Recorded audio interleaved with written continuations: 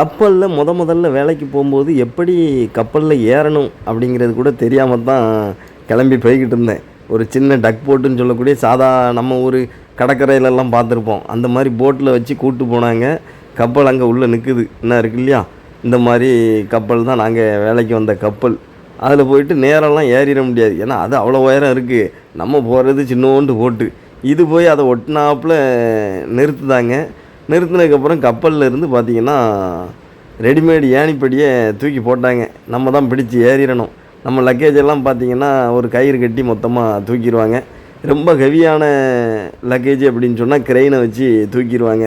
இன்னும் பெரிய பெரிய கப்பல்லலாம் பார்த்திங்கன்னா ரொம்ப உயரமாக இருக்கும், ஏணிப்படியும் ஏறணும். அதுபோக கப்பலில் பெர்மனண்ட்டான ஒரு ஸ்டெப்ஸு கொடுத்துருப்பாங்க.